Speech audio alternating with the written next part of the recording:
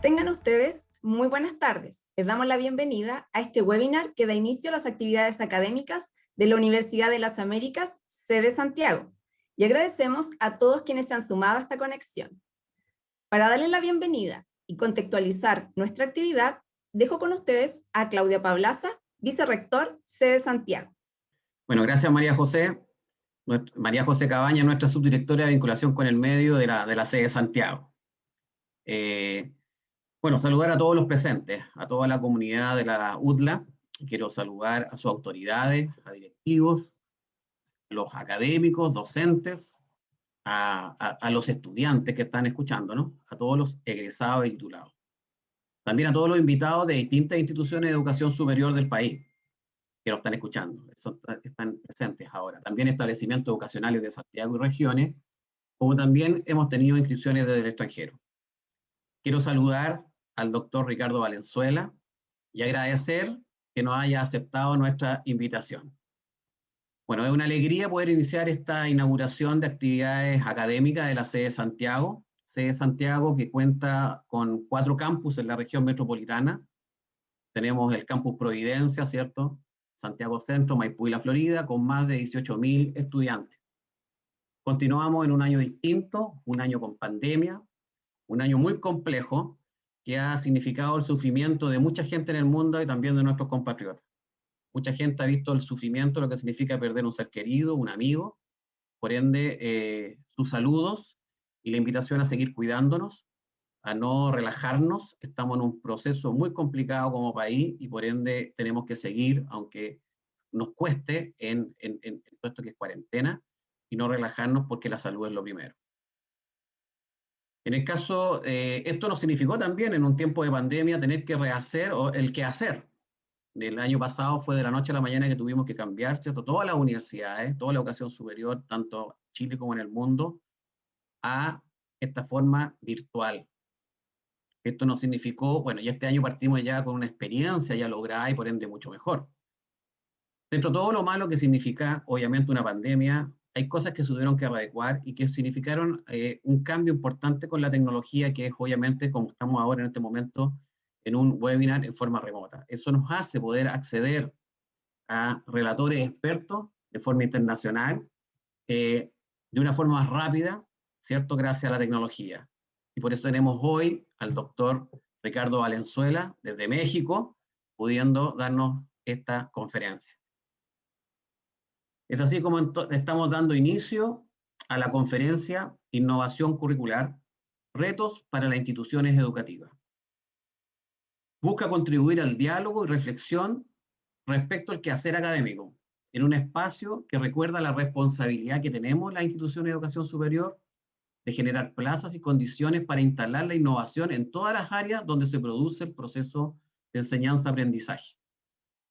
Esta actividad nos permite reforzar nuestro compromiso con el medio externo establecido en el modelo de vinculación con el medio de nuestra universidad, que busca proyectar el quehacer institucional, contribuyendo al desarrollo y la difusión del conocimiento y las buenas prácticas respecto del saber académico y técnico, desarrollando a través de la ejecución de las funciones de docencia e investigación, fortaleciendo el relacionamiento de la universidad con la comunidad.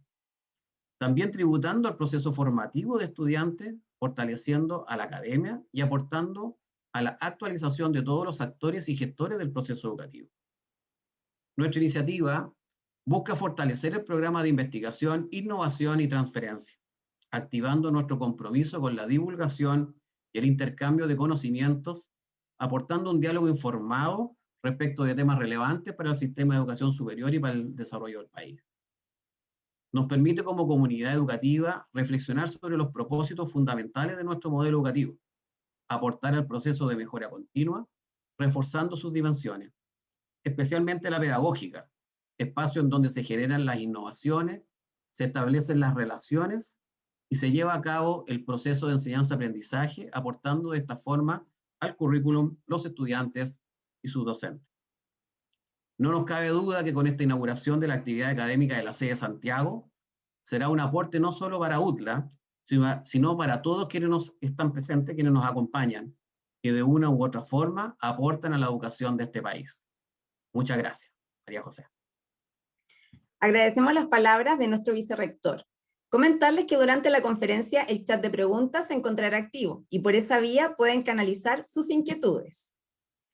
Contarles a su vez que el doctor Valenzuela cuenta con estudios de Ingeniería Civil, maestría en Enseñanza Superior en la Universidad de La Salle, además cuenta con una maestría y un doctorado en Psicología Educativa en la Universidad de Texas. Los últimos 20 años estuvo ligado al Instituto Tecnológico de Estudios Superiores de Monterrey, dirigiendo el área de investigación y el programa de doctorado en innovación educativa de esta casa de estudios. Actualmente, el doctor Valenzuela es consultor, instructor y conferencista, miembro del Sistema Nacional de Investigadores y miembro del Consejo Nacional de Ciencia y Tecnología de México. Con gran placer, lo dejamos con ustedes. Muchas gracias. Muy buenas tardes a todos ustedes. Me da mucho gusto estar en contacto, aunque sea a la distancia, con Chile, un país que quiero mucho, un país al que he tenido la oportunidad de viajar, no sé, yo creo que unas 15 veces aproximadamente. He estado desde el sur, desde Valdivia. Me hubiera gustado ir todavía más abajo, pero Valdivia es lo más al sur que conozco. He estado en Concepción, he estado en Talca, he estado en Rancagua, en Valparaíso, en Viña del Mar, y pues innumerables veces en Santiago, desde luego, una ciudad que quiero mucho, que me encanta, que se come riquísimo, que vamos, tiene una vibración muy particular. Entonces, pues aunque sea a la distancia desde México, los saludo, les agradezco a la Universidad de las Américas la invitación, en particular a Claudio por las palabras, y desde luego a María José, que es el contacto principal que me trajo aquí con ustedes esta tarde del día de hoy, pues para platicar un poquito acerca de este tema. Voy a compartir la presentación. Ustedes me dicen, por favor, cuando ya la vean.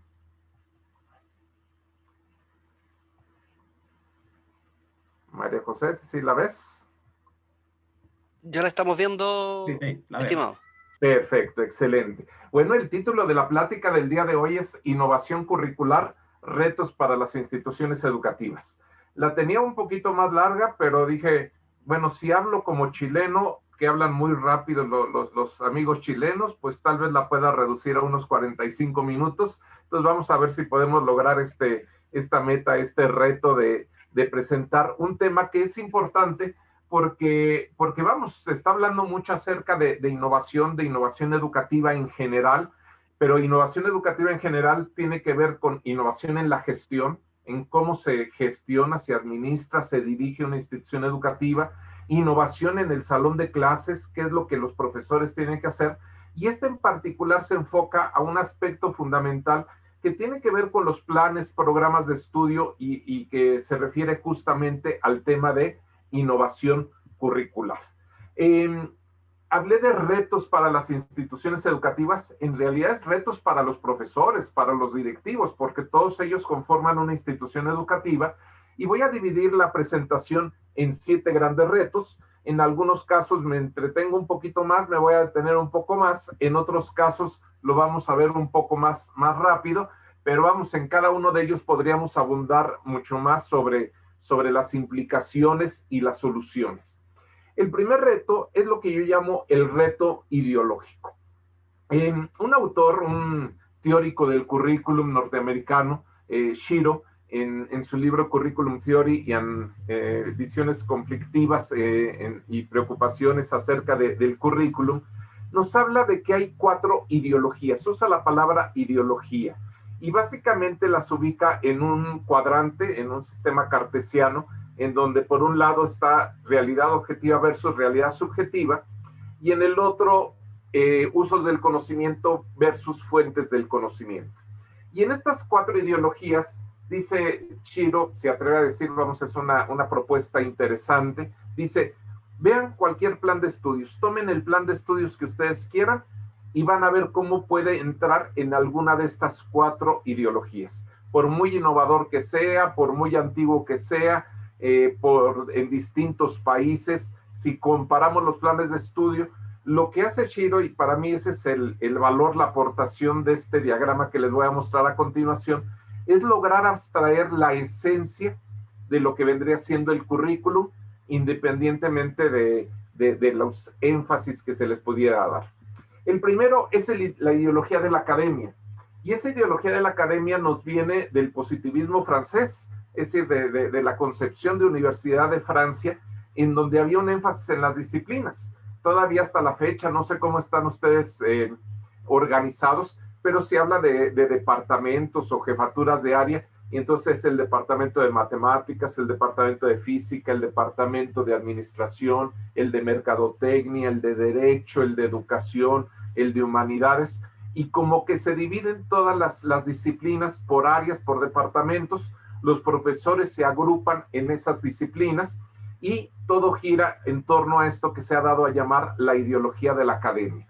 Cuando se habla de plantear planes de estudio, el énfasis es preguntar qué es lo que nuestros alumnos egresados deben saber. Esa es la esencia. Y por siglos ha funcionado esta ideología de la academia.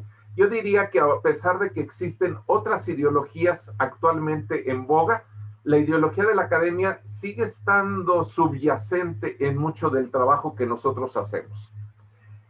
Viene, no sé cómo será en Chile, pero al menos en México, viene una tradicional desconfianza del sector productivo hacia los egresados de las universidades. El sector productivo comienza a generar sus propios sistemas de desarrollo de competencias, crean incluso el concepto de universidad corporativa, empiezan a ver cómo capacitar a sus trabajadores porque desconfían mucho de lo que sería el egresado de las universidades. Y es así como las universidades se tratan de adaptar al sistema prevaleciente, al sistema productivo, en esto que se denomina la ideología de la eficiencia social. Aquí el énfasis está en las competencias, y aunque el saber es importante, ahora el saber hacer ocupa un lugar primordial. No es algo nuevo, es algo que ha venido en boga, digamos, en los últimos 20 años, pero que en realidad, si hacemos un poquito de historia, viene desde los años 50 del siglo pasado, en Estados Unidos fundamentalmente, cuando había que capacitar y formar a los soldados para irse a las guerras, a la Segunda Guerra Mundial, para irse a la Guerra de Corea, a la Guerra de Vietnam, en poco tiempo y desarrollar sus competencias. El enfoque en ese entonces era muy de carácter conductista. Ya digamos de 20 años a la fecha lo hemos hecho más cognitivista, pero el origen de esta ideología de la eficiencia social viene tal vez de principios neoliberales, de ver cómo satisfacer al sector productivo a través de los egresados, cómo generar un modelo de educación basada en competencias que no siempre gustan, no puedo hablar por Chile, pero sí por México, no siempre gusta a las universidades públicas. Y es un enfoque que adoptan más universidades privadas, que son las que tradicionalmente están vinculadas con el sector productivo. Viene una tercera ideología que pone énfasis en la solución de los problemas sociales. Y cuando decimos solución de los problemas sociales, no hablamos de los problemas del sector productivo. Estamos hablando de cómo realizar una reconstrucción social en torno a tratar de reducir las inequidades que vemos en nuestras poblaciones. En ese sentido, América Latina tiene muchas características comunes y el énfasis ahora está en saber transformar. Digamos que detrás de esta ideología podríamos remitirnos a Karl Marx. ¿Recuerdan aquella famosa frase de Marx que decía: no importa tanto comprender el mundo, de lo que se trata es de transformarlo? De allí que el saber transformar sea una parte importante en esta ideología de la reconstrucción social, en donde, repito, las necesidades sociales no necesariamente son aquellas del sector productivo. Y la última ideología es aquella centrada en el aprendiz, tiene sus orígenes en la formación integral. Si nos remitiéramos a la psicología del siglo XX, en el humanismo, en la psicología humanista de Maslow, de Carl Rogers, que van planteando precisamente una forma de desarrollo integral del ser humano y ponen énfasis en el saber hacer. Muchas instituciones que tienen pues cierta tendencia religiosa o abiertamente plasman una posición religiosa, plasman mucho esta ideología de la formación integral. En todo ello, desde luego, las fuentes del conocimiento cambian. El profesor se constituye como el experto tanto en la ideología de la academia como un poco en la ideología de la eficiencia social, diciendo como experto qué es lo que se tiene que enseñar. Mientras que en la parte inferior del eje de las X, es el estudiante el que tiene que decir por dónde está el énfasis para que él se desarrolle plenamente. En cuanto a los usos del conocimiento, el énfasis está arriba del eje de las X en el sector productivo y abajo de las X en el sector social. Cuando vemos este esquema, y repito, piensen en distintos planes de estudio de distintos países, de universidades prestigiosas, de universidades chilenas, de universidades latinoamericanas, los planes de estudio, los programas de estudio caen más en uno o en otro cuadrante. En ocasiones tenemos instituciones que tratan de sacar un poco de un lado, un poco del otro lado, pero se corre cierto riesgo. Esa es la diferencia entre sincretismo y eclecticismo. En el eclecticismo tratamos de sacar un poquito de cada parte buscando cierta coherencia. En el sincretismo, pues tomamos algo de un lado, algo del otro lado, aunque sean incongruentes, y se generan verdaderas incompatibilidades porque no somos lo suficientemente ortodoxos y valientes como para decir, bueno, nuestro modelo educativo es de la ideología de la eficiencia social. Entonces empezamos a buscar de todo un poquito y yo veo dos grandes problemas con todo ello. Uno es esta frase de Ortega que dice, el problema de la educación es siempre de eliminación, ya que los años de estudio no pueden ser muchos y la materia por estudiar es cada vez más amplia. Y en efecto, si regresamos y decimos vamos a tomar un poquito de cada una de estas ideologías, pues tal vez vamos a empezar a tener planes de estudio que para salir como ingeniero, como abogado, pasan 6, 7 años. Se volvería totalmente incompatible un programa de pregrado que durara 6, 7, 8 años. Vamos, medicina dura una eternidad, al menos en la mayoría de los países. Pero entonces, el gran problema que tenemos es cómo podemos meter ciertos contenidos en 4 años, 4 años y medio, máximo 5 años, que es lo que dura un programa de pregrado. Ese es un gran problema, el problema de que tenemos mucho material y cuando vemos el crecimiento exponencial de los conocimientos que queremos que nuestros alumnos aprendan, pues entonces estamos viendo aquí una problemática, es decir, cada vez hay más material por estudiar y menos tiempo para estudiarlo. Los chicos quieren salir ya al sector productivo, quieren salir a trabajar y no hay tiempo. Y el otro gran problema que yo veo en todo esto, cuando hay una posición sincrética en donde jalamos de todas las ideologías, es lo que yo llamo el currículum Frankenstein. Un currículum hecho con pedazos de distintos lados, no siempre recapacitamos en la incongruencia que hay de estas cosas. Entonces pueden decir una universidad, yo tengo un modelo basado en competencias, pero me interesa el desarrollo integral, pero administrativamente me sigo manejando con la ideología de la academia, con departamentos bien definidos por áreas disciplinares, y me interesa que los egresados sean verdaderos agentes de cambio, transformadores. Entonces de pronto vemos así una gran cantidad de objetivos muy válidos, muy adecuados, pero que cuando se trata de poner todo junto en un plan de estudios, pues resulta lo que le llamamos un Frankenstein curricular. Y eso, desde luego, yo no tengo una respuesta. Yo, de hecho, voy a plantear en esta plática más preguntas que respuestas. Esto es lo que constituye de entrada el reto ideológico. Vamos a pasar al segundo reto, el reto de predecir el futuro, que tiene que ver básicamente con qué contenidos incluir en un nuevo programa de estudios. Este es uno de los retos que tienen las universidades. ¿Qué nuevas carreras profesionales, qué nuevos programas se van a abrir?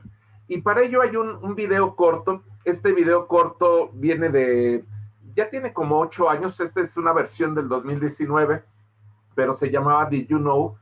Tal vez lo hayan escuchado en sus versiones originales de hace 8 o 10 años aproximadamente. Voy a dejar de compartir. Porque luego con Zoom se dificulta y voy a irme al entorno de YouTube. No, todavía no. Perdón. Tengo que ponerle compartir sonido. Ahora sí, me voy a el entorno de YouTube y por favor me confirman si se logra ver y oír.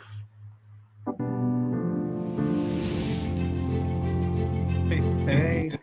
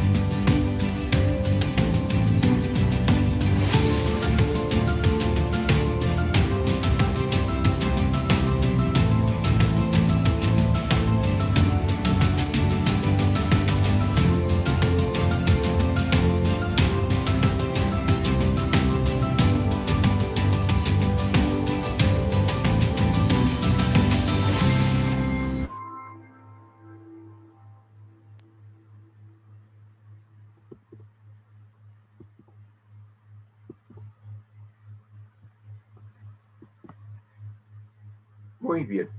¿Cómo ven el escenario?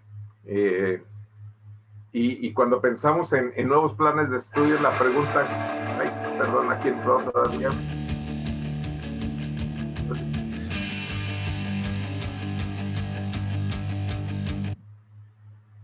Entró sin querer. Ok.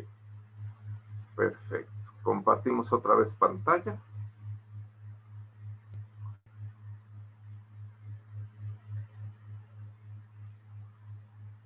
Y regresamos a la presentación de PowerPoint. Bueno, es interesante ver pues todos estos números y demás, y nos plantean un reto interesante de decir, ¿qué planes de estudio abrir? Es decir, un estudiante que empieza a estudiar su carrera profesional, sus primeros años, dicen en el tercer año ya muchos de sus conocimientos van a ser obsoletos. Y muchas de las carreras que actualmente existen van a desaparecer en 10, 15 años. Y desde luego, cuando pensamos en cómo generar o cómo abrir nuevos planes de estudio, nuevos programas, cómo actualizar los que tenemos, es decir, dentro de la disciplina que yo imparto, cómo la actualizo, qué es lo que tengo que ver para futuro, pues desde luego todos quisiéramos tener nuestra esferita de cristal para predecir el futuro, pero esto desde luego no es muy científico y nos genera una serie de problemáticas respecto a decir qué contenidos debe incluir un nuevo programa de estudio, o para el caso, los programas de estudio que actualmente tenemos y que en un momento dado pues tenemos que irlos actualizando semestre con semestre, año con año. Es un reto interesante, y cuando nos vamos a pensar en el futuro, en cómo predecir el futuro, pues tal vez podemos irnos a recopilar distintos tipos de fuentes de información. Yo les voy a presentar, y va a ser muy rápido, yo les voy a compartir esta presentación a través de las autoridades para que ustedes la tengan, pero desde luego una primera opción es recurrir a los grandes pensadores. Dentro de los grandes pensadores, a finales del siglo XX, surge Edgar Morin, Los 7 saberes necesarios para la educación del futuro, una persona con una lucidez, una visión muy interesante respecto a qué es lo que se requiere para el futuro. Estamos hablando de un documento que ya tiene 22 años aproximadamente y que ha dado pauta para mucho de lo que se denominan competencias genéricas o transversales. Actualmente estoy leyendo un libro que no sé si ustedes conocen, Homo Deus, breve historia del mañana, de este judío Yuval Noah Harari, y que plantea justamente qué cosas le preocuparán a la humanidad en el futuro. En cada uno de ellos como que tendríamos materiales para decir qué tiene que tener un plan de estudios de un programa de lo que se va a requerir dentro de 15, 20, 30 años aproximadamente. Otra fuente de información diferente de todo esto son ver las tendencias. Hay una gran cantidad, uno se mete a buscar trends en Google de distinto tipo, ¿verdad? Hay trends para aspectos tecnológicos, para aspectos de marketing, para aspectos educativos. Y cuando uno se pone a ver muchos de esos trends, por ejemplo, yo les pongo aquí 2 ejemplos de varios que tengo, de lo que sería el futuro el día de hoy, ¿verdad? El Instituto del Futuro para el día de hoy, este reporte que surgió en el 2021, o 25 tendencias tecnológicas que van a definir la nueva década, y pues surgen muchos aspectos ahí por tomar en cuenta.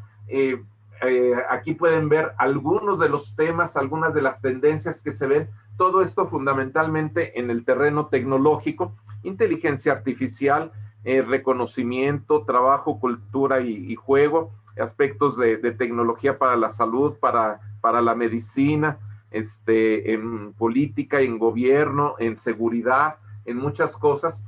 O el documento que está acá abajo, ven ustedes aquí, 25 tendencias que vamos a ir viendo, todo esto fundamentalmente en el terreno tecnológico. Pero así como pongo este ejemplo, estos 2 ejemplos del terreno de la tecnología, también hay una gran cantidad de tendencias, si nos vamos a ver cuáles son las tendencias en marketing, en gobierno, en salud, en recreación, etcétera.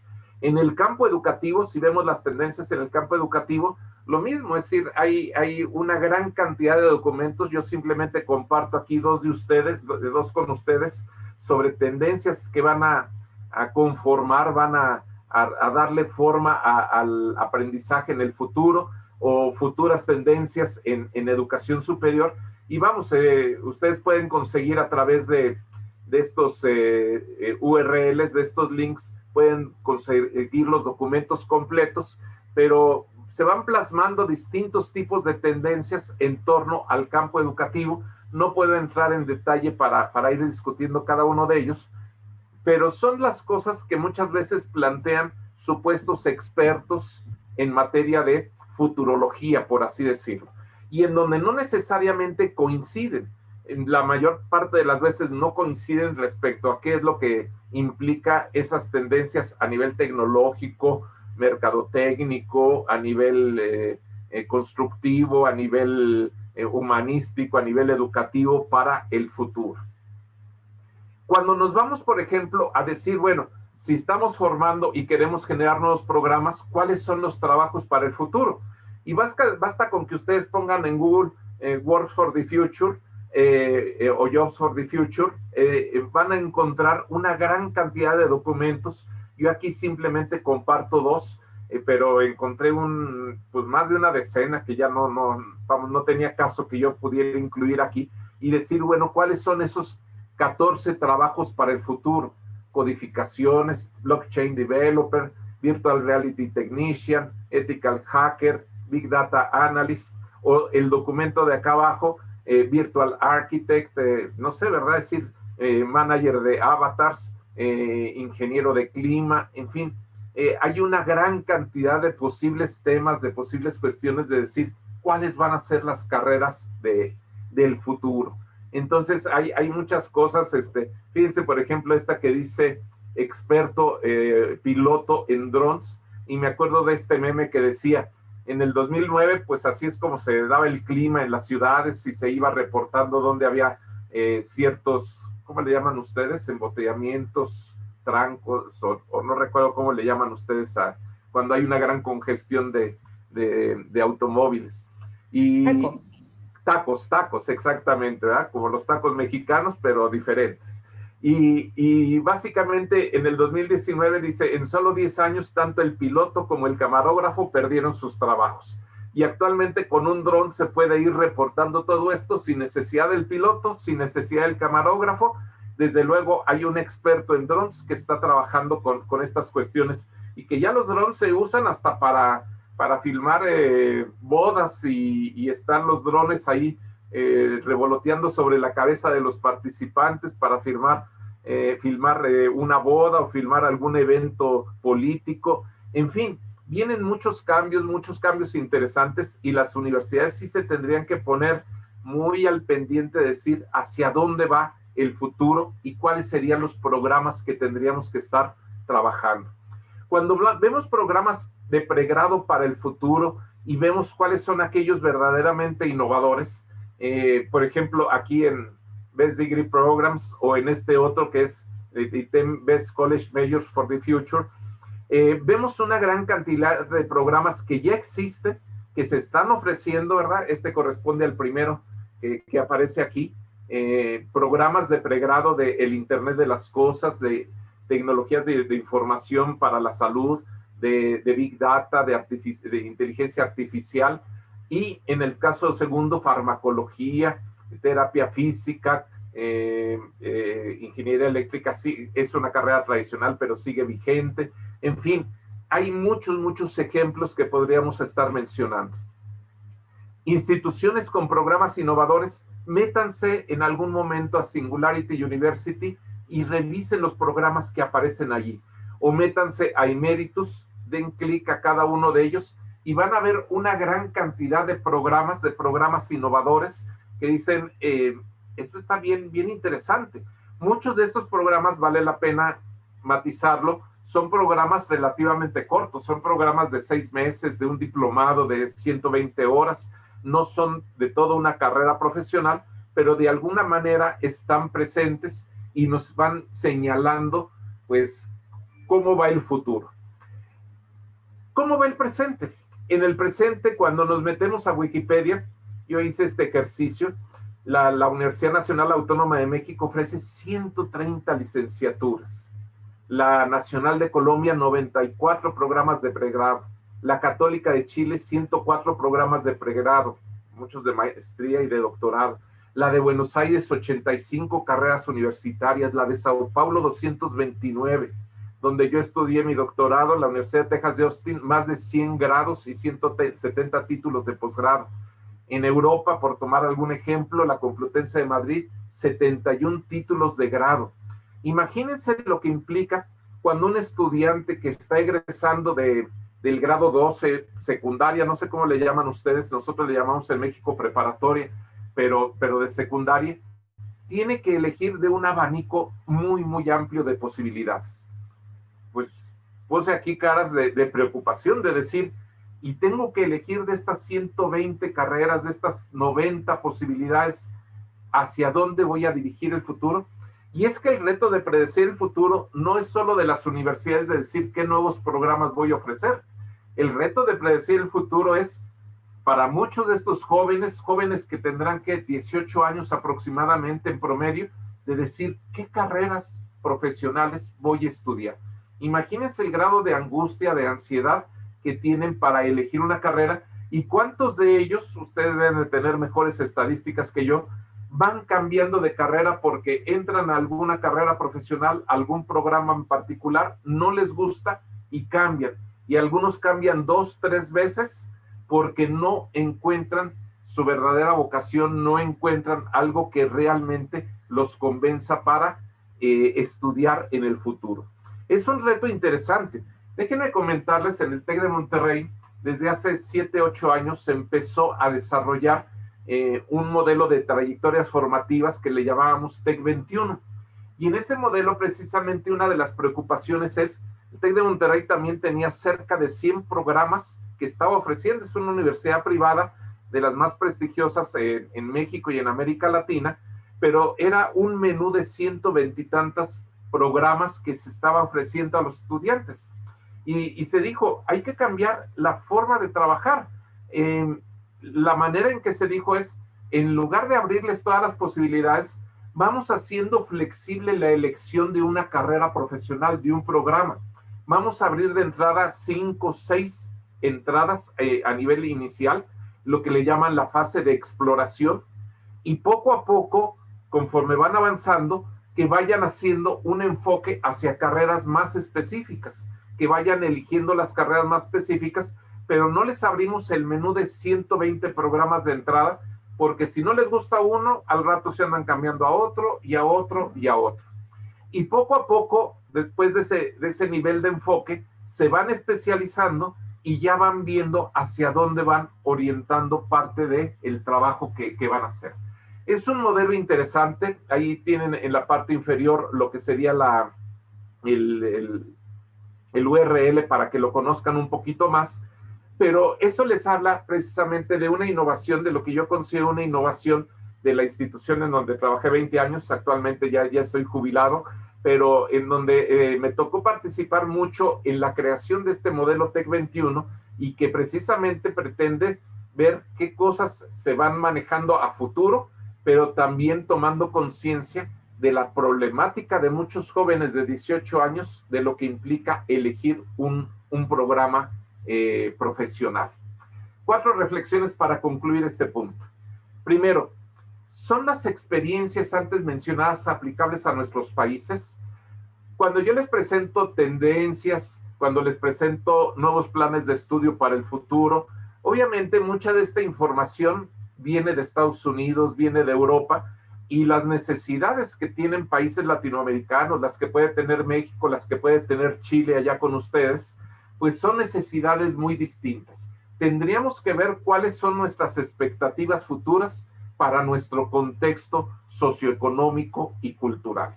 Entonces hay que tomar con cautela pues muchas de esas tendencias. Repito, pude haber abundado mucho acerca de ellas, pero no significa que aquellas tendencias que se ven para Estados Unidos, para Japón, para Europa, sean necesariamente las tendencias a futuro de lo que debemos manejar para resolver problemas de nuestros países. Segunda reflexión. La definición de cursos y trayectos formativos o contenidos por enseñar debe ir más allá de un programa de pregrado o de posgrado. Muchas veces pensamos en nuestros programas de pregrado o licenciatura, les llamamos en México, de posgrado, que serían maestría y doctorado, pero tendríamos que estar viendo ya como institución educativa una concepción institucional de una formación a lo largo de la vida. Muchas veces tenemos como que dejado de lado el tema de educación continua, de estos programas de un curso de educación continua, de un diplomado, de una especialidad, y cada vez va a ser más importante que estemos pensando en que la labor de la función no termina después de la labor de la institución educativa no termina después de 5 años, en donde les damos el grado y se van los egresados a trabajar quién sabe a dónde. En algún caso se quedan en maestría, en doctorado, pero lo mismo, se van. Tendríamos que pensar como institución educativa qué podemos ofrecer para una formación a lo largo de la vida que se vaya adaptando de acuerdo con estas situaciones futuras. Un reto importante que enfrentan las instituciones educativas, es la tercera reflexión, es la de resolver la tensión entre lo que los egresados de secundaria quieren estudiar, los puestos de trabajo que están disponibles para los egresados de la universidad y lo que la sociedad requiere para resolver sus problemas. ¿De qué nos sirve abrir un programa muy innovador que ningún egresado de secundaria quiere estudiar? Particularmente si es una universidad privada, pues la universidad privada es sustentable en la medida que tiene alumnos que quieran estudiar un programa. Entonces, si un estudiante de secundaria no quiere estudiar un programa por muy innovador que sea, pues vamos a tener problemas para hacer sustentable ese programa. Pero muchas veces ocurre que se inscriben a ciertos programas que sabemos de antemano que cuando egresen no van a encontrar trabajo, que son programas en donde ya los trabajos están muy saturados o están mal pagados y estamos, por tener alumnos en esos programas, estamos formándolos, pero para que salgan como desempleados. Muchas veces las universidades privadas tampoco se ocupan mucho de esos problemas de carácter social, que sí son más, tienen un mejor enfoque cuando hablamos de universidades públicas, sobre todo por el aspecto de sustentabilidad. Entonces, en la elección de programas que tiene que abrir una universidad privada, como que es importante balancear estos aspectos. Y una última reflexión es una definición que yo aprendí ya hace muchos años, hace como 30 años. Me acuerdo que un profesor nos dio esta definición de generalista y de especialista, y eso nos hace también pensar qué es lo que queremos formar. ¿Queremos formar desde el nivel de pregrado especialistas o generalistas? O el nivel de pregrado es para generalistas y el nivel de maestría y de doctorado es para especialistas, que muchas veces no está ocurriendo de esta manera. Y les doy estas dos definiciones. Un generalista es aquel que sabe menos y menos acerca de más y más, hasta que acaba sabiendo nada acerca de todo. En contraste, un especialista es aquel que sabe más y más acerca de menos y menos, hasta que acaba sabiendo todo acerca de nada. Y ese contraste, ese juego de palabras entre generalista y especialista, nos debe hacer pensar justamente cómo plantear un plan de estudios.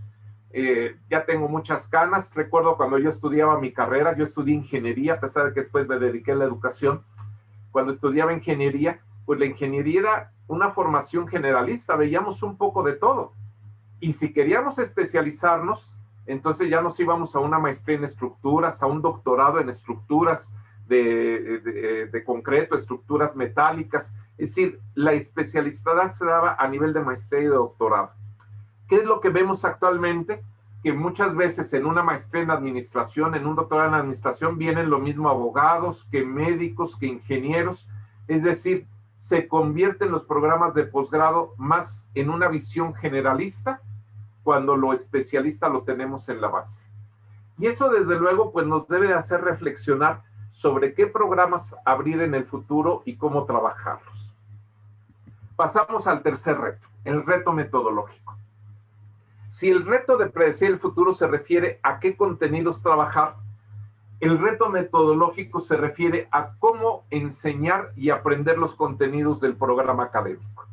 Y ese cómo enseñar y aprender es la parte de método. Y en la parte de método, básicamente, hablamos de dos aspectos, dos palabras que suenan similares, pero que tienen su diferencia. Una de ellas es modalidad educativa y otra es modelo educativo. A nivel de modalidad educativa, hablamos de muchas modalidades. Por ejemplo, de lo que sería la modalidad de aprendizaje presencial, face to face, la previa a la pandemia. La modalidad de educación a distancia.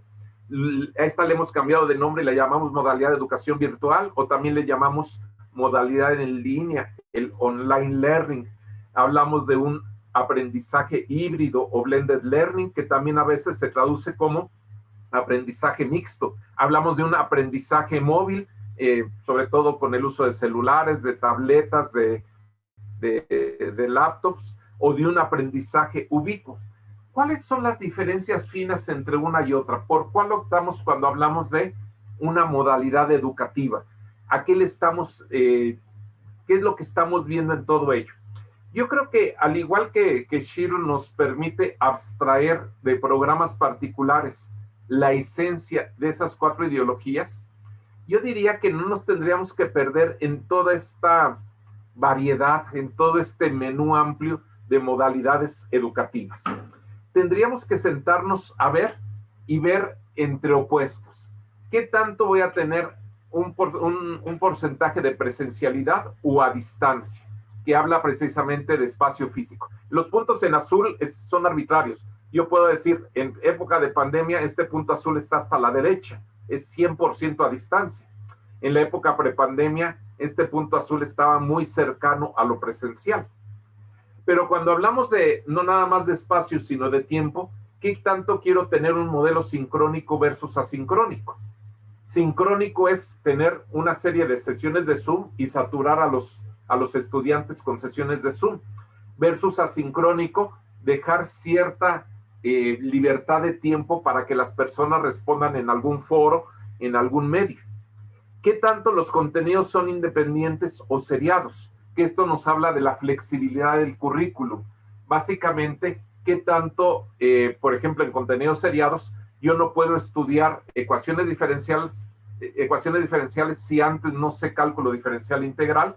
Y no puedo saber cálculo diferencial integral si no sé antes geometría analítica, y no puedo estudiar geometría analítica si no sé trigonometría y álgebra, y así sucesivamente. O bien contenidos totalmente independientes en donde yo me subo al tren en el módulo que se esté impartiendo y yo sé que puedo aprender de ese módulo sin necesidad de haber tomado módulos previos. ¿Qué tanto se da énfasis a una modalidad individual versus una colaborativa? ¿O qué tanto el modelo educativo de educación a distancia o de educación virtual fomenta la autonomía del aprendiz o tiene una serie de tutores que lo van acompañando? Si se dan cuenta, estos 5, puede haber más, 5 variables dicotómicas, es lo que van a determinar qué tanto tenemos una modalidad u otra cuando hablamos precisamente de cómo enseñar y cómo aprender los contenidos de un programa. Otra palabra que se parece, pero que no es modalidad, tiene que ver con la palabra modelo educativo. Y lo mismo, ha habido toda una proliferación de modelos educativos y muchas veces no sabemos dónde están las diferencias finas entre un modelo de formación integral, un modelo de educación basada en competencias, un modelo del método de casos, de aprendizaje basado en problemas, de aprendizaje basado en proyectos, de aprendizaje colaborativo, de aprendizaje basado en retos, de aprendizaje basado en investigación, lo que se ha dado a llamar el modelo de educación 3.0 que incorpora tecnología. Es decir, estamos llenos de modelos, algunos con unos autores, otros con otros. A veces somos ortodoxos para aplicar. Yo voy a aplicar el modelo de aprendizaje basado en problemas que aprendí en la Universidad de Maastricht. No, yo voy a usar el método de casos que aprendí en la Universidad de Harvard. Pero lo mismo, cuando tratamos de ver la esencia de qué hay detrás de estos modelos, tendríamos muchas posibles variantes. Si el modelo es más inductivo que deductivo, ¿qué significa eso? Como por ejemplo los de casos, proyectos y demás, parten de muchos casos particulares y de ahí se trata de sacar una conclusión general. Es un método esencialmente inductivo. Si los métodos son de carácter holístico, de tratar de ver los problemas como un todo, o de carácter atomista, si los contenidos son situados en una realidad, en un contexto específico, o no son situados, pueden ser inventados, pueden ser ficticios, si el aprendizaje es experiencial o vicario, que va más orientado hacia seguir un ejemplo o a tener una vivencia, si es más activo o reflexivo, si va más orientado al uso de tecnologías o usa menos las tecnologías, Repito, los puntos azules no es una postura mía, ¿eh? Es decir, lo que quiero decir con estos puntos azules es que según lo que elijan como modelo educativo, los puntos pueden estar más a la derecha, más a la izquierda o más centrados. Si el trabajo que se va a realizar es personal o colaborativo, si hay un aprendizaje como proceso individual o lo que se ha dado a denominar el conectivismo, si es un aprendizaje dirigido por el docente o es un aprendizaje autodirigido por el alumno, si hay una construcción individual de conocimiento o una construcción social del conocimiento. Si se dan cuenta, pues hay una gran cantidad de variantes de lo que serían esos modelos. Esos modelos tienen nombre propio, muchas veces tienen autores. Hay universidades que trabajan con muchos de esos modelos. Y cuando uno decide en alguna institución educativa decir qué modelo es el que se va a trabajar, uno va tomando decisiones. Y en esas decisiones es donde viene mucho de los aspectos de innovación curricular, que repito, por un lado tienen que ver con el qué voy a enseñar, pero por el otro lado con el cómo voy a enseñar. Este es un diagrama que muestra el modelo TEC 21. Les voy a pasar un video, es un poco más corto que el que les acabo de pasar hace un momento. Espérenme un momento. Sí, perfecto. Por favor, si me confirman, si lo pueden ver y escuchar.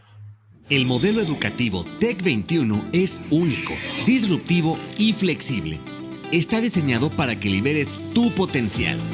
En él aprenderás a través de retos en los que trabajarás con compañeros y serás guiado por profesores de diferentes disciplinas. Requerirás investigar y conectar la teoría con la práctica. Se trata de que construyas tu aprendizaje, no de que estudies para un examen.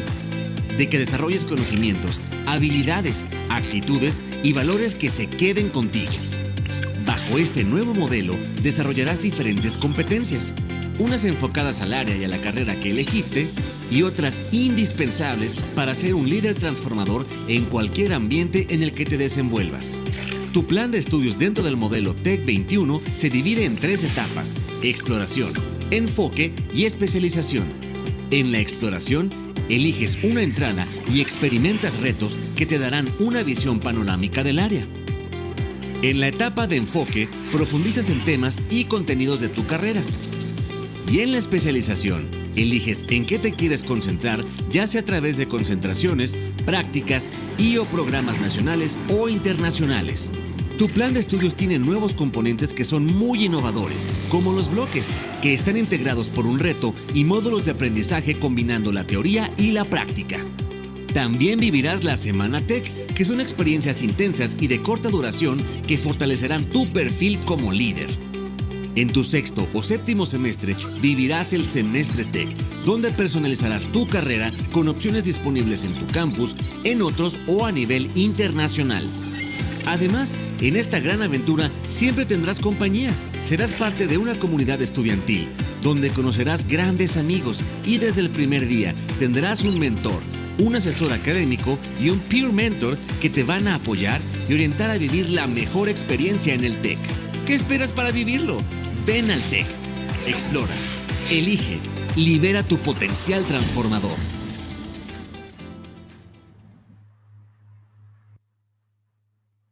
Muy bien, ¿cómo ven la propuesta?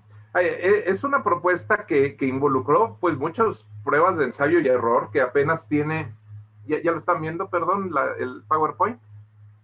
¿Sí me ayudan? Sí. Sí, perfecto.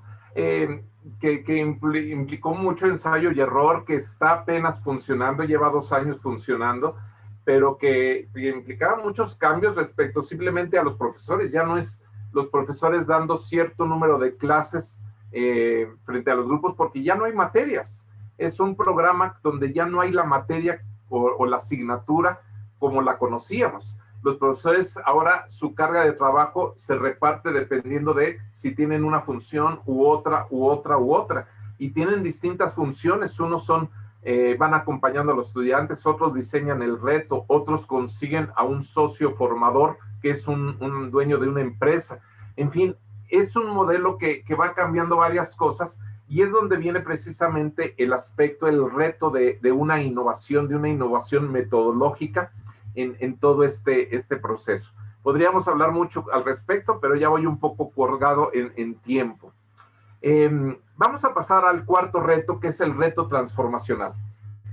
Cuando se habla de implementar nuevos planes de estudio, nuevas metodologías, desde luego es importante mencionar que hay un cambio a nivel institucional. Normalmente las instituciones tienen bien definida su misión, sus valores, pero cuando esto se trata de ponerlo ya en una planeación estratégica, es importante ver esa planeación estratégica, cómo tiene que alinear la visión con la organización y con la cultura. Y básicamente cuando pensamos en el diseño, implementación y evaluación de un currículum, de un nuevo plan de estudios, en donde también entran aspectos de investigación, de extensión, de educación continua, hablamos precisamente de la alineación de la organización, pero no hay que perder de vista cómo esto se alinea con la visión y cómo esto eventualmente cambia toda la cultura. Es decir, el realizar un cambio a nivel cultural es algo importante cuando hablamos precisamente de generar nuevos planes de estudio, de hacer una verdadera innovación curricular. Cuando se planteó este modelo hace aproximadamente 10 años, el rector en ese entonces dijo, yo voy a estar 8 años aquí con ustedes. En el primer año vamos a tratar de definir esta alineación de la visión. Luego 3, 4 años va a servir para alinear la organización, pero los cambios culturales tardan alrededor de unos 6, 7 años en llevarse a cabo. Entonces, este fue un gran cambio transformacional porque el currículum no se da. El currículum es la parte sustancial, todo lo demás es adjetivo. Estoy usando aquí una terminología gramatical. La parte sustancial es el currículum en cualquier universidad. Es la esencia, es la parte sustancial. Y todo lo demás debería de ser adjetivo, es decir, debería de modificar al currículum, a la parte sustancial. Entonces, el cambio cultural, todos los aspectos que tienen que ver precisamente con esta situación, deberían de ser parte importante, tendríamos que fijarlos como autoridades educativas de lo que implica un reto transformacional de una institución cuando hay un cambio curricular, cuando hay una innovación curricular por tomar en cuenta. El reto de la temporalidad de la innovación. Este es interesante porque imagínense este plan de estudios que les he dado algunos detallitos acerca del modelo TEC 21 que a mí me tocó trabajar, iniciar antes de que me retirara de la institución, de que me jubilara. Pero la pregunta es, ¿cuánto va a durar? ¿Es innovador? ¿Sigue siendo innovador? ¿Por cuánto tiempo va a ser innovador? Y es que pónganse a pensar ustedes que hay muchos ejemplos de innovaciones que dejaron de ser algo nuevo en los ambientes educativos, pero que alguna vez fueron consideradas como innovaciones en este siglo XXI. Es decir, los que tienen algún tiempo más en el campo educativo, que todavía les tocó vivir una buena parte del siglo XX, recordarán que muchas de estas cosas no existían en el siglo XX. Cuando pensamos en las plataformas tecnológicas, Learning Management Systems, pues eran muy esporádicas las plataformas que existían en el siglo XX. A mí me tocó entrar, cuando entré al Tecnológico de Monterrey, con una que se llamaba Lotus Notes, Learning Space, así se llamaba, y ya después ya vinieron otras plataformas como Blackboard, Moodle, Google Classroom, Canvas, y esto ya lo vemos como algo normal, pero la cuestión es, ¿fueron innovadoras en su momento? ¿Cuándo dejan de ser innovadoras? ¿Cuánto tiempo pasó para que dejaran de ser innovadoras? Los ebooks, pues antes del siglo XX no había libros electrónicos, era el libro de papel y teníamos que ir a las bibliotecas y sacar los libros de papel. Y de pronto empezamos a ver una gran cantidad de ebooks que iban más allá de simplemente poner un documento en PDF y subirlo a un lector.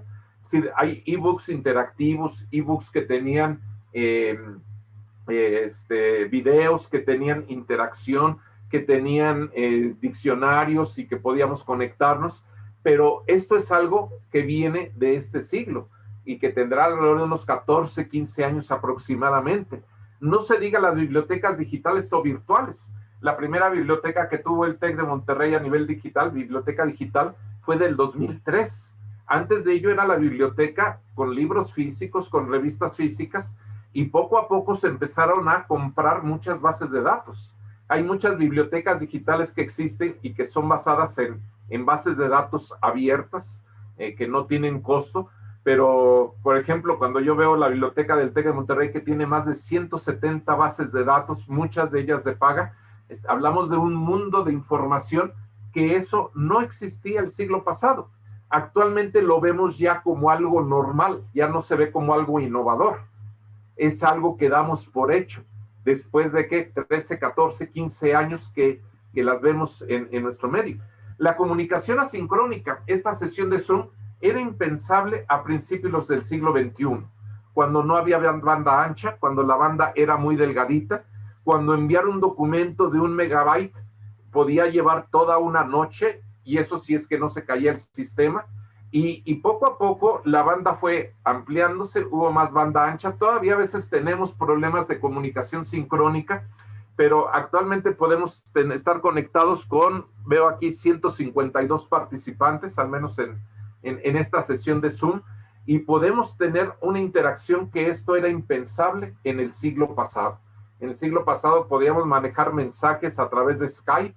¿Se acuerdan de Skype? Era una herramienta que ya ha caído en desuso, pero que esto ya lo vemos como algo normal, ya no se ve como algo innovador.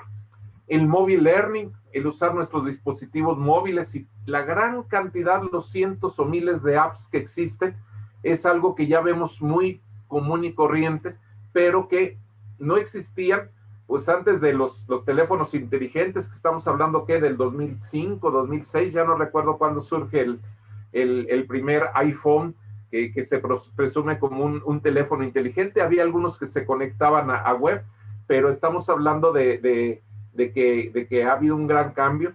O los MOOCs, Coursera, edX, Udacity, FutureLearn, que son ejemplos de plataformas que nos dan cursos de muy alta calidad, masivos, en donde puede haber 20, 30 mil alumnos inscritos en un curso, que son gratuitos en su gran mayoría, que si queremos una certificación, esa sí nos cuesta, pero esta es una situación que tiene 10, 12 años aproximadamente.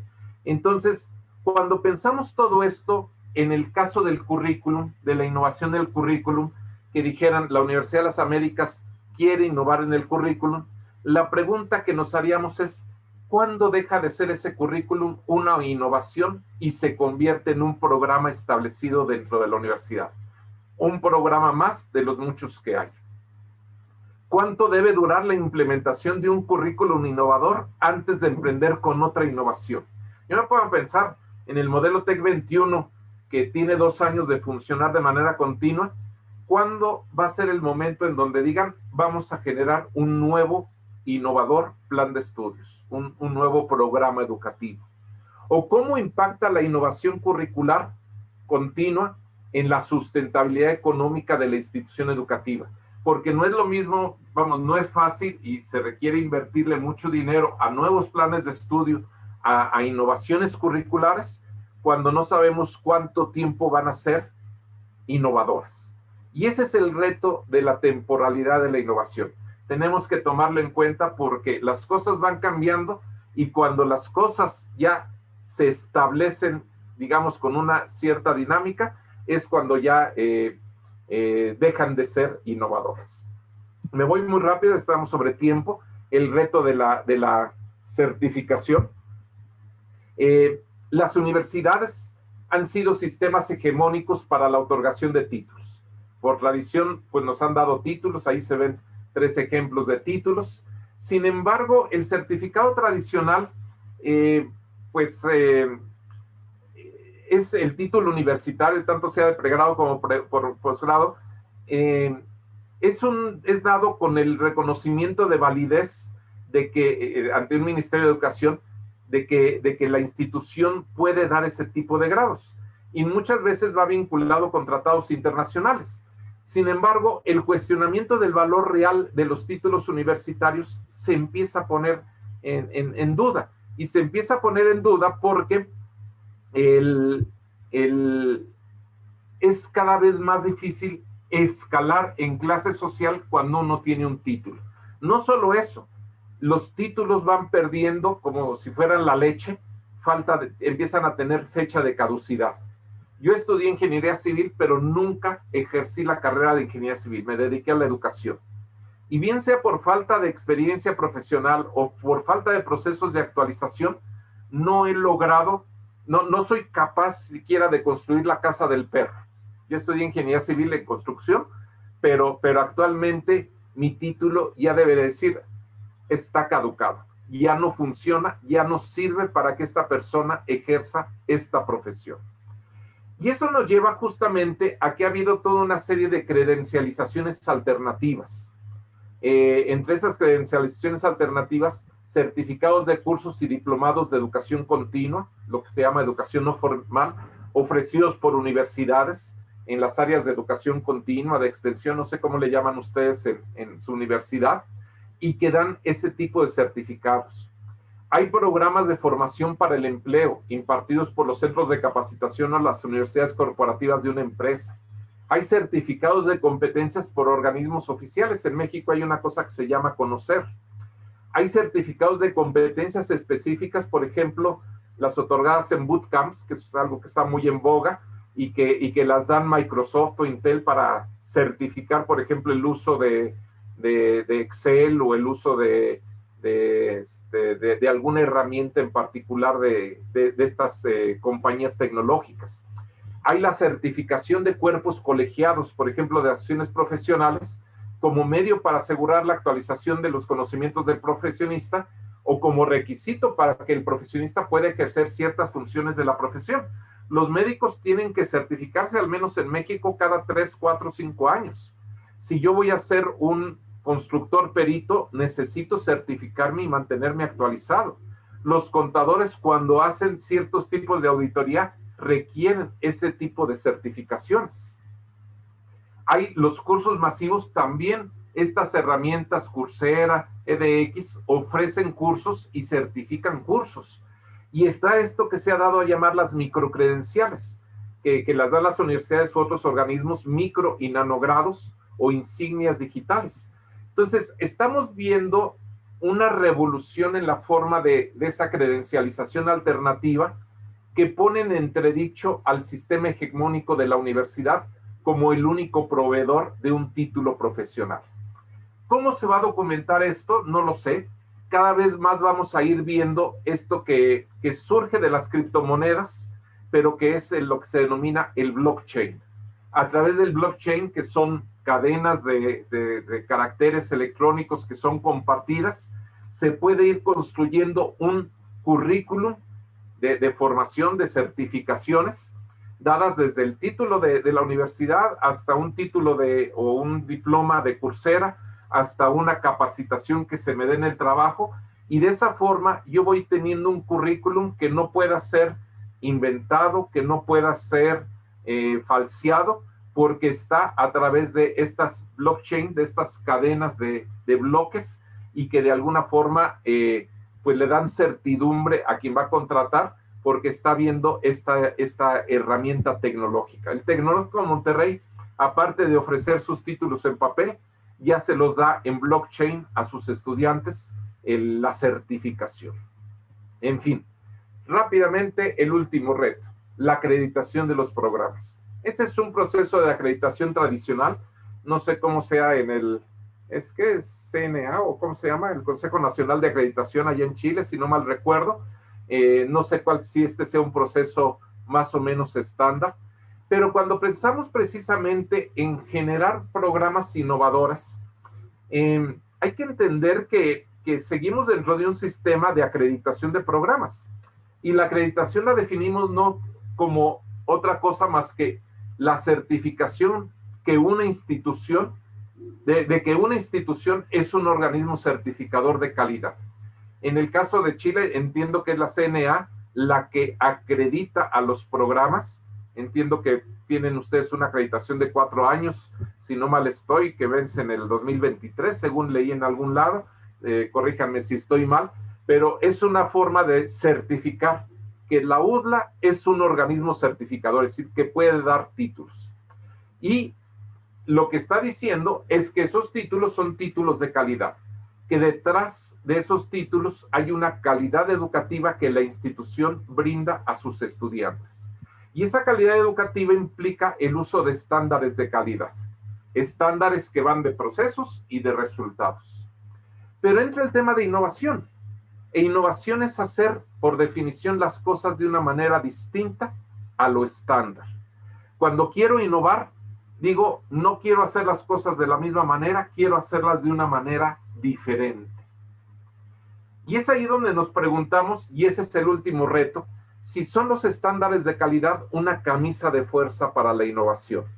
Si todos tenemos que hacer las cosas de la misma manera, de acuerdo con ciertos estándares de calidad, eso automáticamente mataría a la innovación. Y el gran reto es cómo conciliar innovación y calidad. ¿Son compatibles? ¿O son dos caras opuestas de una moneda y tenemos una o la otra? Y el gran reto es cómo convencer a un organismo acreditador que una propuesta de currículum innovador es de calidad. Yo creo que ahí tenemos una gran problemática, una problemática difícil de resolver. En fin, básicamente lo que he plasmado aquí en estos problemas, en estos retos, en estos 7 retos de las instituciones educativas, son retos que tienen que ver con la innovación curricular. Y aunque no he dado tantas respuestas, recuerdo yo una frase, y ya con esto cierro mi presentación para abrirlo para debate, para que podamos platicar, una frase de Albert Einstein que decía que la formulación de un problema es más importante que su solución. Entonces, esta plática ha sido más una plática retadora, más que dar soluciones. La idea es sistematizar esos problemas, esos retos que están enfrentando las instituciones educativas cuando de innovación curricular estamos hablando. Hasta aquí mi presentación. Pues creo que me colgué un poquito más de tiempo, pero no sé si tengamos tiempo, Claudio, María José, para preguntas, comentarios. No sé si en el chat ha habido algunas opiniones, comentarios, y estamos a la sí, orden. doctor Ricardo. Tenemos un tiempo para una ronda de preguntas, solamente algunas en honor al tiempo, así que vamos a iniciarlas de inmediato. Adelante. Primera pregunta que está relacionada con el reto ideológico. ¿Cómo se pueden vincular los 4 pilares fundamentales de la educación establecidos por la UNESCO, el aprender a conocer, el aprender a hacer, el aprender a vivir juntos y el aprender a ser, con este reto ideológico que es el que nos presenta usted? Sí, Jacques Delors tiene una orientación mucho más marcada hacia lo que implica esa formación integral, hacia el ser. Toma algunos aspectos del saber hacer, pero en términos generales, cuando vemos la propuesta de estos 4 saberes, de estos 4 pilares que propone Jacques Delors para un trabajo que le encargó la UNESCO, se ubican más dentro de una ideología de la formación integral. Entonces va más vinculada en esta del ser, del convivir, y al igual que el caso de Edgar Morin, se va viendo más muchas de estas tendencias en términos de lo que serían competencias transversales o competencias genéricas. Si se dan cuenta, muchas de estas competencias que se ven para el futuro, repito, Jacques Delors es un ejemplo, pero se tiene otro ejemplo de Edgar Morin, se tienen unas skills de la OCDE, del Banco Interamericano de Desarrollo. Incluso Howard Gardner tiene un libro muy bonito de 5 saberes para el futuro. Todo esto va más orientado hacia lo que serían competencias transversales, las competencias genéricas, pero pocos se meten en estas propuestas de Jacques Delors, de Edgar Morin, de Howard Gardner, de la OECD, del Banco Interamericano de Desarrollo, a hablar de lo que sería las competencias disciplinares y los planes de estudio.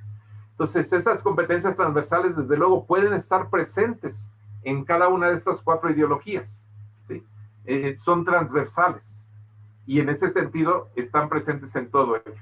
Les recomiendo un libro, lo pueden buscar en editorial Cengage, que se llama Competencias Transversales para una Sociedad Basada en Conocimiento.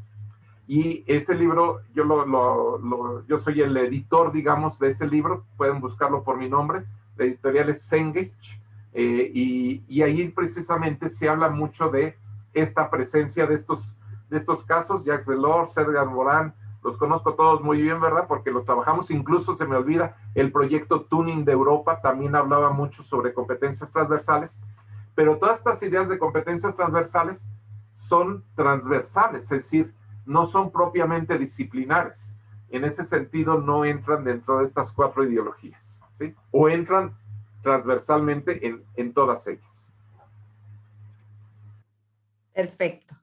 Ahí ya se respondió esa primera pregunta.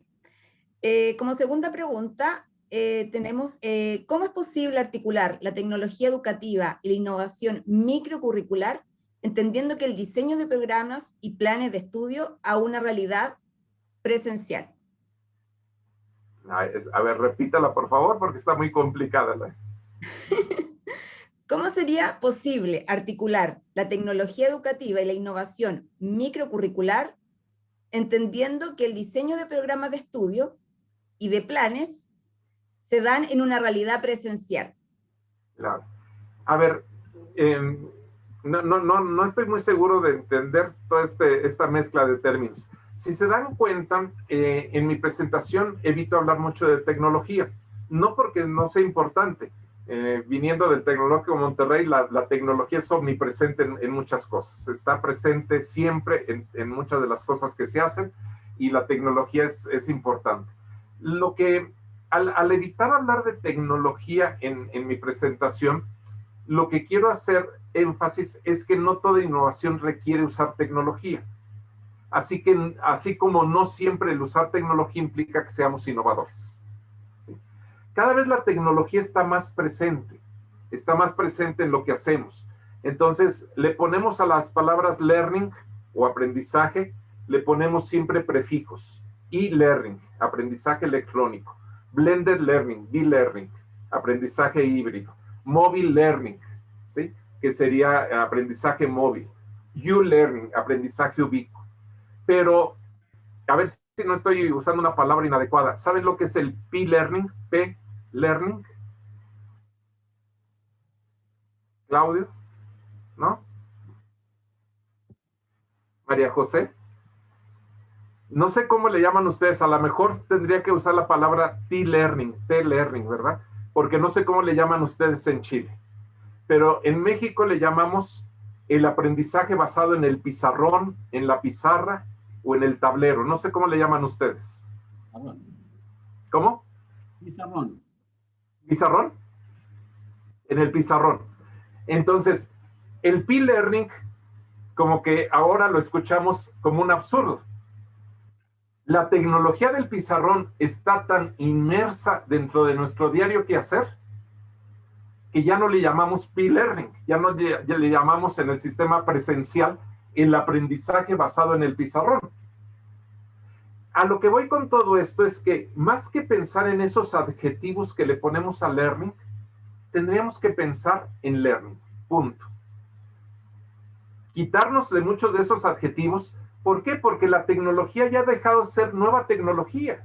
La tecnología ya va a estar en un momento dado tan incorporado en lo que hacemos que ya va a pasar tan intrascendente como lo es el pizarrón.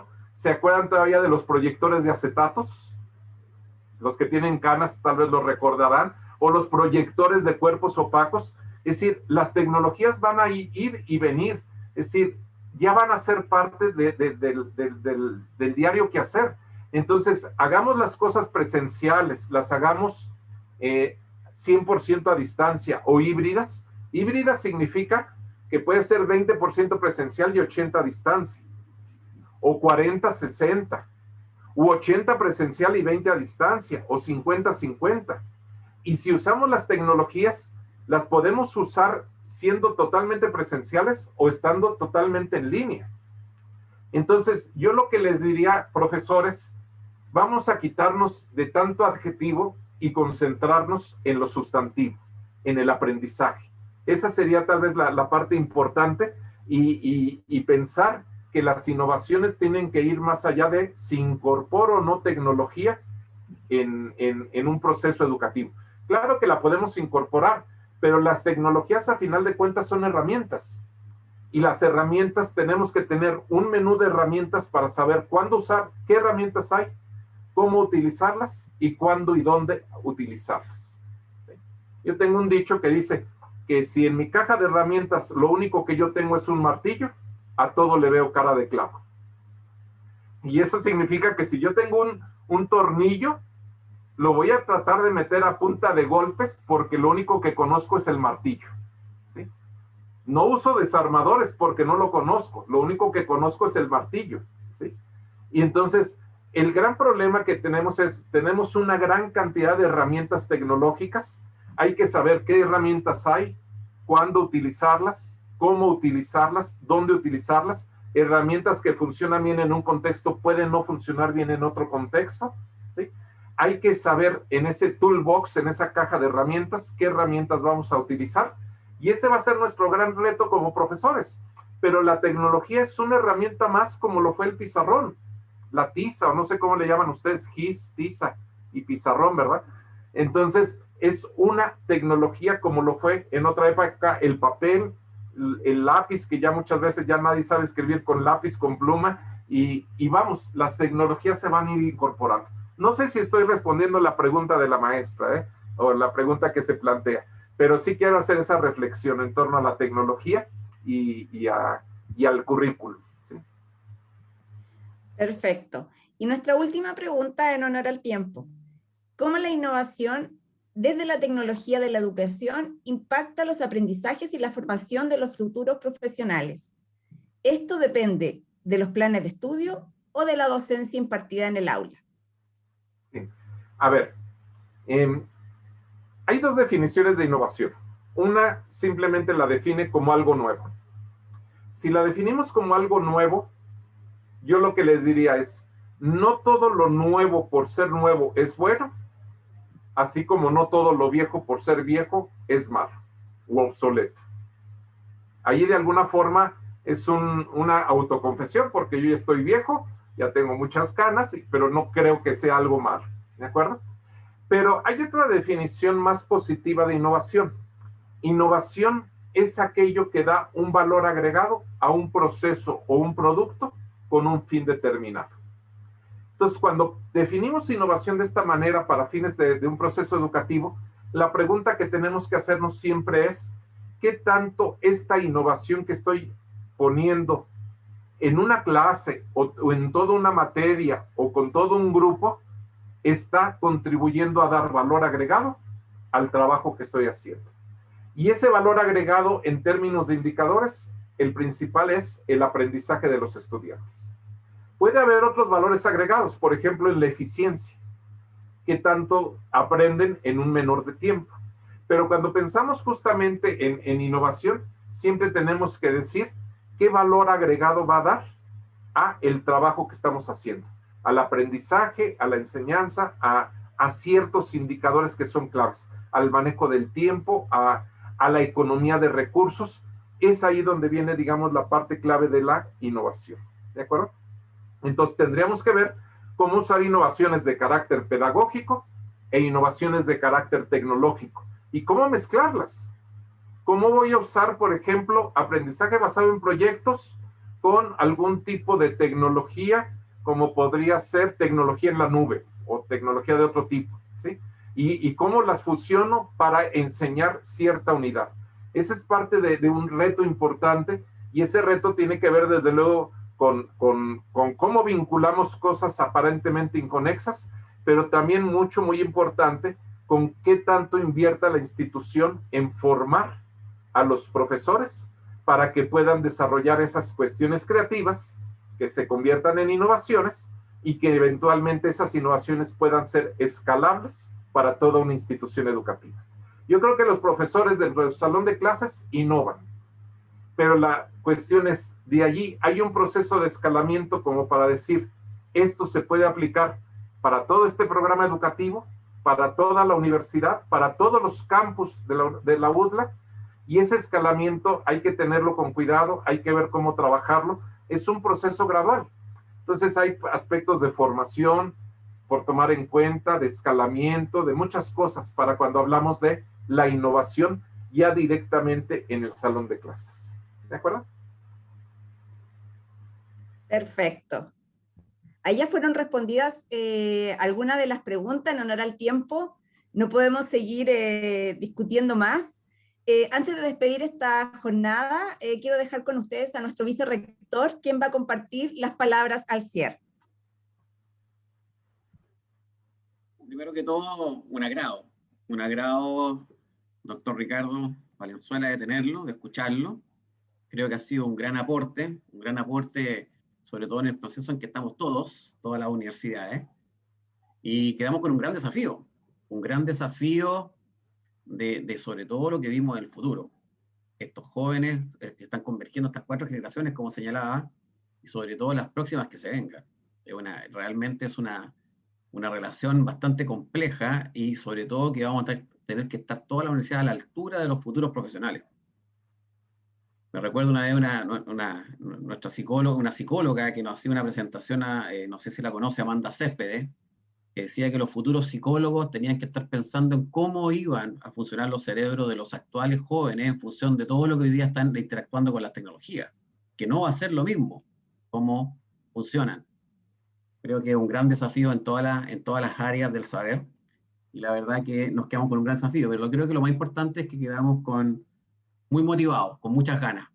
Creo que esto a uno lo motiva